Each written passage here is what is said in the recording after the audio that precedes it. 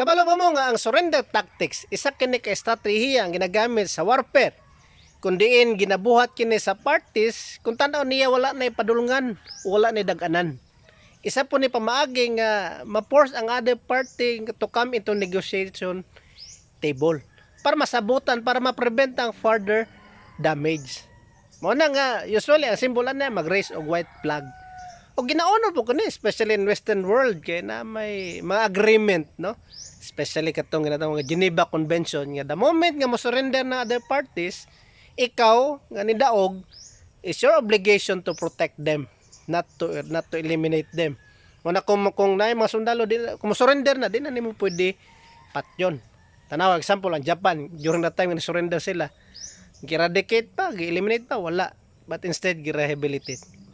But that concept dili ni siya applicable sa mga lipuris ni Sun Tzu or sa art of war, because art of war is follow ancient law. It's an art of deception.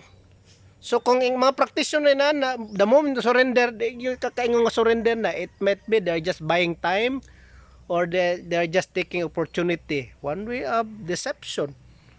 So kung tanaw na to, ang sincerity sa isa ka grupo or individual sa pag-surrender, tanaw siya na to, unsay mentality ang naa sa ila.